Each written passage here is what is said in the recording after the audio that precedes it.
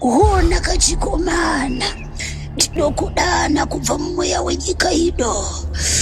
Unganidza vana veZimbabwe sezvawakamboita gore rakapera mudatare yakazara matudzi eZimbabwe. Chakapfeka zita rechirungu rinotsvedza pamuromo.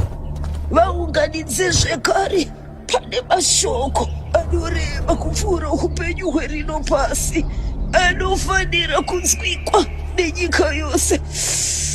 Mazwi ako chikomana hasi ako chete ndevanhu anosanganisira vasati vazvarwa.